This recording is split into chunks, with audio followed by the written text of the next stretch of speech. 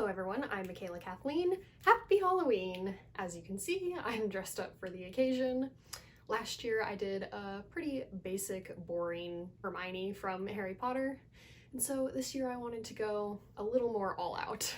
And I had this blonde wig to work with, so that meant I wanted to pick a blonde character, and I had a real long list, like 20 different options, and I finally narrowed it down, really showing my early O's girlness here. And I went with Polly Pocket. These are some of the references that I used to build this look. Layered the orange over the green here. Of course, had to go with some pink accessories for Polly. Growing up, Polly was my favorite doll to play with. I wasn't really much of a Barbie girl. When I was a little bit older, I got into Bratz, but Polly was really my #1 girl. But anyways, moving on from my costume, in this video, I'm going to be doing the Halloween song book tag. I did the classic Halloween book tag last year, so I wanted to change it up this year.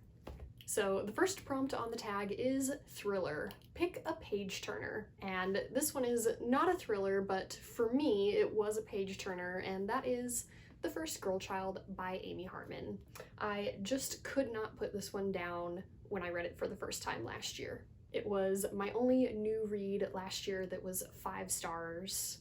I really loved it, and I loved reading it again this year, even if I didn't so much love the companion novel. Next, prompt number 2 is Somebody's Watching Me. Pick a creepy book. And the creepiest book I probably own is The Silkworm by Robert Galbraith, aka J.K. Rowling. I don't read creepy books super often. Probably the only other really creepy one that stands out would be The Shining, but I don't own that one. So I went with The Silkworm because this one is super creepy. It is the creepiest book in the Cormoran Strike series by far.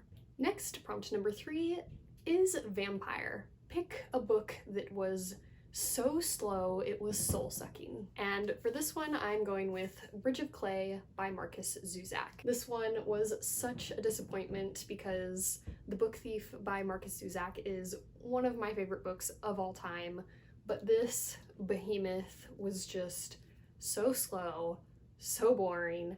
I did not get the point, and yeah, it was definitely a real struggle to get through. Next, number 4 is I Put a Spell on You.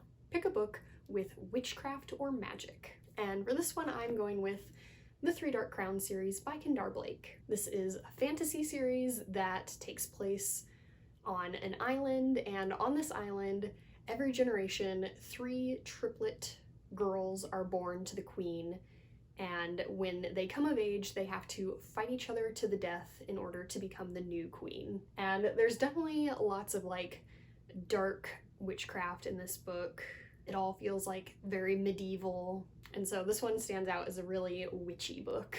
It's very dark and moody. Question number 5 is This is Halloween. Pick your favorite Halloween snack to have while reading. And I don't really snack while I read, but I think if I were to pick kind of a Halloween themed snack, I would maybe just go with a basic donut with like orange frosting and sprinkles. Question number 6 is Time Warp. Pick a favorite seasonal book.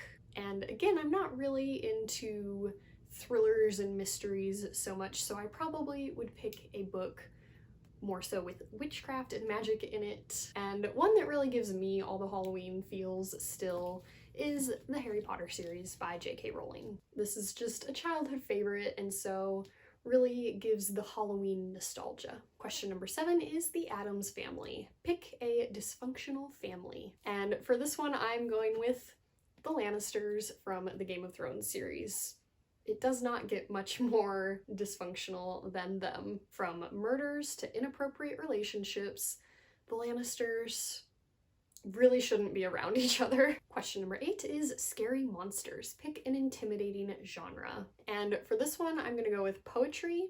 I did this year read this tiny little book of some selected poems of Emily Dickinson, and I did enjoy it overall, but there were definitely some poems that I felt just went over my head, and overall, I I still get a little bit intimidated by poetry. And finally, question number 9, Twilight Zone. Pick a book with a unique premise. And I actually read this year a book that I've been excited about for many years, mostly because of its unique premise, and that is the Arc of a Scythe series by Neil Shusterman. This is a dystopian novel in which humans have defeated death through technology. But because no one dies anymore and everyone lives forever, overpopulation has become a problem, and so there are now these people who are scythes, and it is their job to keep the population down by killing people. So a pretty unique concept.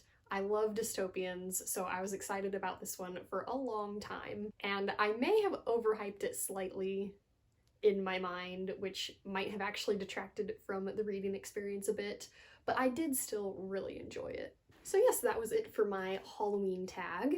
Let me know down below some of your favorite books to read during spooky season. Do you enjoy thrillers, or are you more so on the fantasy side during spooky season? And also let me know if you're dressing up this Halloween and what your costume's gonna be. I hope you enjoyed watching, and now on to the quote for today's video, which today I have yet another one from Finding Neverland. And it is, again, a conversation between J.M. Barrie and Peter. And this one starts with J.M. Barrie talking. And he says, "She went to Neverland, and you can visit her anytime you like. Just go there yourself." And Peter says, "How?"